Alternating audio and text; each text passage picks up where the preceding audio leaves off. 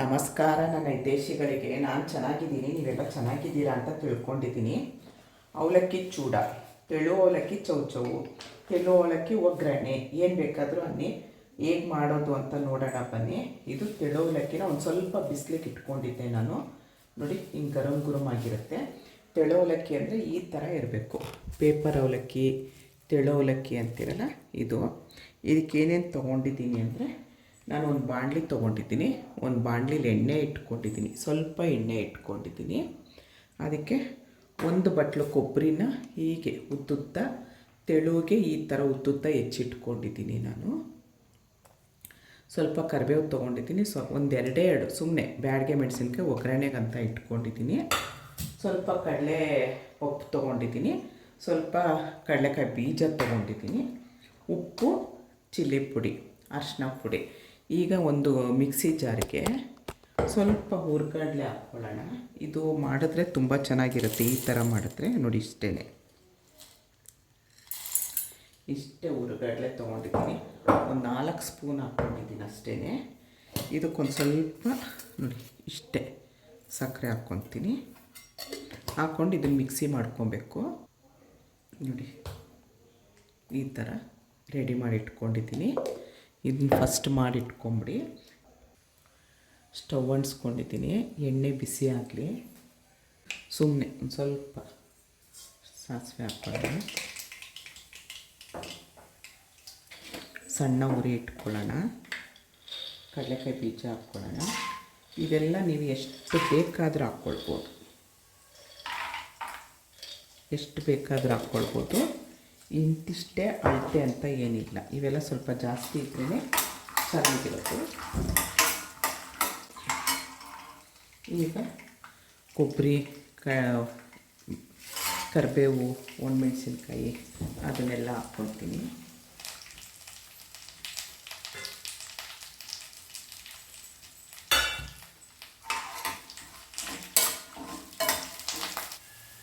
ನೋಡಿ ಇಷ್ಟ ಆಗುವಾಗ ಸ್ವಲ್ಪ ಅರಿಶಿನ ಪುಡಿ ಹಾಕ್ಕೊಳ್ಳೋಣ.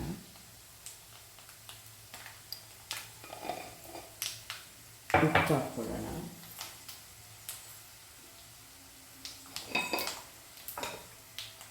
ನೋಡ್ಕೊಂಡು ಹಾಕಿ, ಆಮೇಲೆ ಹಾಕ್ಕೊಳ್ಬೋದು.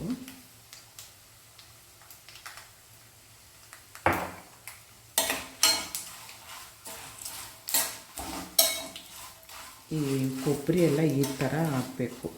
ಅವಾಗೇನಾಗುತ್ತೆ, ನಿಮಗೆ ತುಂಬ ಚೆನ್ನಾಗಿ ಬರುತ್ತೆ. ಕೊಬ್ಬರಿ ಹಸಿ ಇದ್ದರೆ ಚೆನ್ನಾಗಿರಲ್ಲ. ಈಗ ಈ ಹಂತದಲ್ಲಿ ಕಡಲೆಕಾಯಿ ಹುರ್ಗಡ್ಲೆ ಹಾಕ್ಕೊಳ್ಳೋಣ. ಹುರ್ಗಡ್ಲೆ ಹಾಕಂದರೆ ಹುರಿದಿರ್ತಾರಲ್ವ, ಬೇಗ ಆಗುತ್ತೆ. ಅದಕ್ಕೋಸ್ಕರ ಈ ಹಂತದಲ್ಲಿರುವಾಗ ಹಾಕ್ಕೊಳ್ಳೋಣ.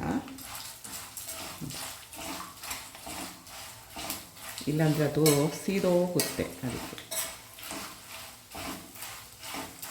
ಈಗ ಸ್ಟವ್ ಆಫ್ ಮಾಡ್ಕೊಂಬಿಡೋಣ. ಈಗ ನೋಡಿ ಇದಕ್ಕೆ ಅವಲಕ್ಕಿ ಹಾಕಿ ಕಲಿಸ್ಕೊಳ್ಳೋಣ.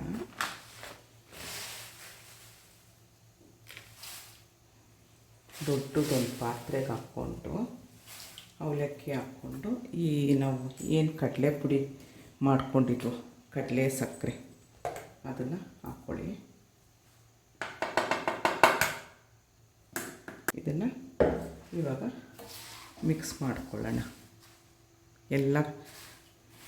ಎಲ್ಲ ಅವಲಕ್ಕಿನೂ ಸೇರಿಸಿ ಮಿಕ್ಸ್ ಮಾಡಿಕೊಂಡ್ರೆ ರೆಡಿ ಆಗುತ್ತೆ. ನೋಡಿ ಅವಲಕ್ಕಿ ಚೂಡ ರೆಡಿ ಆಯಿತು. ನಾನಿದು ನೀವು ಬೇಕಾದರೆ ಇದಕ್ಕೆ ಚಿಲ್ಲಿ ಪುಡಿ ಇಲ್ಲರೆ ಹಸಿಮೆಣಸಿನ್ಕಾಯಿ ಏನು ಬೇಕಾದರೂ ಹಾಕ್ಕೊಳ್ಬೋದು. ನಮ್ಮ ಮನೇಲಿ ಮಕ್ಕಳು ತಿಂತಾರೆ, ಹಾಗಾಗಿ ನಾನು ಅವಲಕ್ಕಿಗೆ ಏನೂ ಹಾಕಿಲ್ಲ. ಈ ಬ್ಯಾಡಿಗೆ ಮೆಣಸಿನ್ಕಾಯಿ ಹಾಕ್ಕೊಂಡಿದ್ನಲ್ಲ, ಅದರದ್ದೇ ಖಾರ ಬಂದಿದೆ. ನೀವು ಬೇಕಾದರೆ ಏನು ಮೆಣಸಿನ್ಕಾಯಿ ಏನು ಬೇಕಾದರೂ ಹಾಕ್ಕೊಳ್ಬೋದು. ನಮಸ್ಕಾರ ನನ್ನ ಹಿತೈಷಿಗಳಿಗೆ. ನಾನು ಚೆನ್ನಾಗಿದ್ದೀನಿ, ನೀವೆಲ್ಲ ಚೆನ್ನಾಗಿದ್ದೀರಾ ಅಂತ ತಿಳ್ಕೊಂಡಿದ್ದೀನಿ. ಅವಲಕ್ಕಿ ಚೂಡ, ತೆಳು ಅವಲಕ್ಕಿ ಚೌಚೌವು, ತೆಳು ಅವಲಕ್ಕಿ ಒಗ್ಗರಣೆ, ಏನು ಬೇಕಾದರೂ ಅನ್ನಿ. ಹೇಗೆ ಮಾಡೋದು ಅಂತ ನೋಡೋಣ ಬನ್ನಿ. ಇದು ತೆಳು ಅವಲಕ್ಕಿನ ಒಂದು ಸ್ವಲ್ಪ ಬಿಸಿಲಿಗೆ ಇಟ್ಕೊಂಡಿದ್ದೆ ನಾನು. ನೋಡಿ ಹಿಂಗೆ ಗರಂ ಆಗಿರುತ್ತೆ. ತೆಳು ಅವಲಕ್ಕಿ ಅಂದರೆ ಈ ಥರ ಇರಬೇಕು. ಪೇಪರ್ ಅವಲಕ್ಕಿ, ತೆಳು ಅವಲಕ್ಕಿ ಅಂತಿರಲ್ಲ ಇದು. ಇದಕ್ಕೇನೇನು ತೊಗೊಂಡಿದ್ದೀನಿ ಅಂದರೆ, ನಾನು ಒಂದು ಬಾಣಲಿ ತೊಗೊಂಡಿದ್ದೀನಿ. ಒಂದು ಬಾಣಲಿಲಿ ಎಣ್ಣೆ ಇಟ್ಕೊಂಡಿದ್ದೀನಿ, ಸ್ವಲ್ಪ ಎಣ್ಣೆ ಇಟ್ಕೊಂಡಿದ್ದೀನಿ. ಅದಕ್ಕೆ ಒಂದು ಬಟ್ಲು ಕೊಬ್ಬರಿನ ಹೀಗೆ ಉದ್ದುದ್ದ ತೆಳುಗೆ ಈ ಥರ ಉದ್ದುದ್ದ ಹೆಚ್ಚಿಟ್ಕೊಂಡಿದ್ದೀನಿ ನಾನು. ಸ್ವಲ್ಪ ಕರಿಬೇವು ತೊಗೊಂಡಿದ್ದೀನಿ, ಎರಡು ಸುಮ್ಮನೆ ಬ್ಯಾಡಿಗೆ ಮೆಣಸಿನ್ಕಾಯಿ ಒಗ್ಗರಣೆಗಂತ ಇಟ್ಕೊಂಡಿದ್ದೀನಿ. ಸ್ವಲ್ಪ ಕಡಲೆ ಪಪ್ಪು ತೊಗೊಂಡಿದ್ದೀನಿ, ಸ್ವಲ್ಪ ಕಡಲೆಕಾಯಿ ಬೀಜ ತೊಗೊಂಡಿದ್ದೀನಿ, ಉಪ್ಪು, ಚಿಲ್ಲಿ ಪುಡಿ, ಅರಿಶಿನ ಪುಡಿ.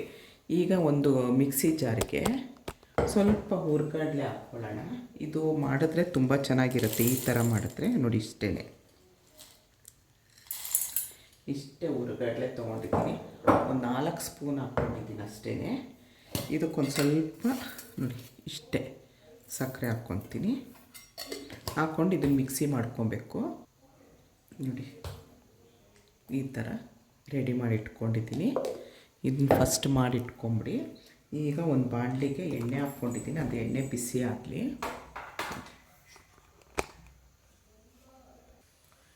ಸ್ಟವ್ ಅಂಟಿಸ್ಕೊಂಡಿದ್ದೀನಿ, ಎಣ್ಣೆ ಬಿಸಿ ಆಗಲಿ.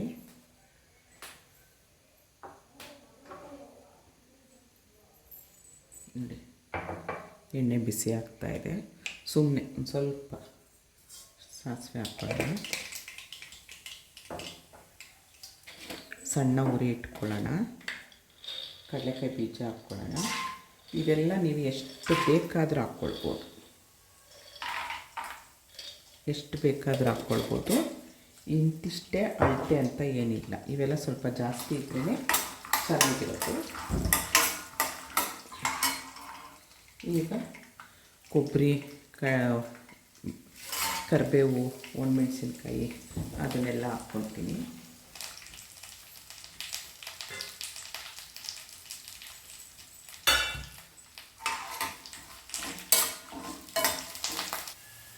ನೋಡಿ ಇಷ್ಟ ಆಗುವಾಗ ಸ್ವಲ್ಪ ಅರಿಶಿನ ಪುಡಿ ಹಾಕ್ಕೊಳ್ಳೋಣ,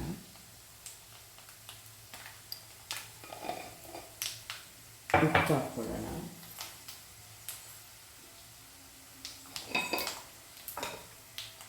ನೋಡ್ಕೊಂಡು ಹಾಕಿ ಆಮೇಲೆ ಹಾಕ್ಕೊಳ್ಬೋದು.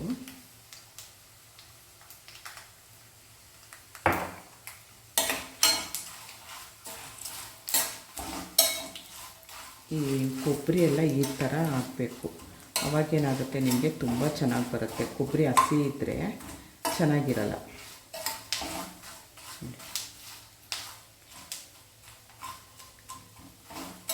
Stove off.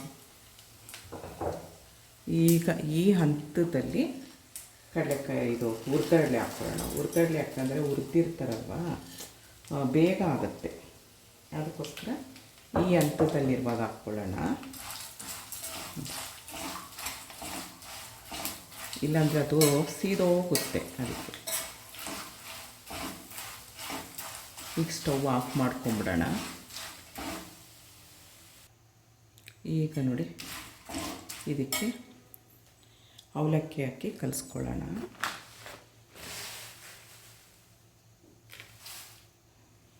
ದೊಡ್ಡದೊಂದು ಪಾತ್ರೆಗೆ ಹಾಕ್ಕೊಂಡು ಅವಲಕ್ಕಿ ಹಾಕ್ಕೊಂಡು ಈ ನಾವು ಏನು ಕಡಲೆ ಪುಡಿ ಮಾಡ್ಕೊಂಡಿದ್ದು ಕಡಲೆ ಸಕ್ಕರೆ ಅದನ್ನು ಹಾಕ್ಕೊಳ್ಳಿ.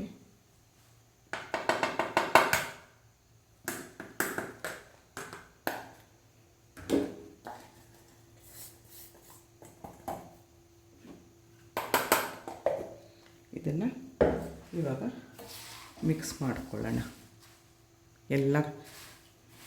ಎಲ್ಲ ಅವಲಕ್ಕಿನೂ ಸೇರಿಸಿ ಮಿಕ್ಸ್ ಮಾಡಿಕೊಂಡ್ರೆ ರೆಡಿ ಆಗುತ್ತೆ. ನೋಡಿ ಅವಲಕ್ಕಿ ಚೂಡ ರೆಡಿ ಆಯಿತು. ನನ್ನ ಮಗಳು ಕೆಲಸದ ಮೇಲೆ ಹೊರದೇಶಕ್ಕೆ ಹೋಗಿದ್ದಾಳೆ, ಅಮೇರಿಕಾಗೆ. ಅಲ್ಲಿ ತೊಗೊಂಡೋಗಿದ್ದಾಳೆ ಇದನ್ನು. ಅಲ್ಲಿ ಸ್ವಲ್ಪ ಊಟ ಎಲ್ಲ ಬೇರೆ ಸಿಗುತ್ತೋ ಇಲ್ವೋ ಅಂತ ಹೇಳಿ ಅವಲಕ್ಕಿ ಮಾಡಿ ಕೊಟ್ಟು ಕಳಿಸಿದ್ದೀನಿ.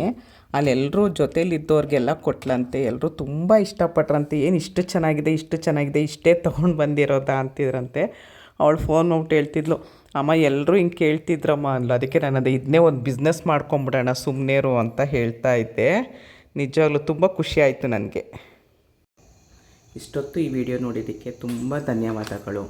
Thank you. ಜೈ ಶ್ರೀರಾಮ್.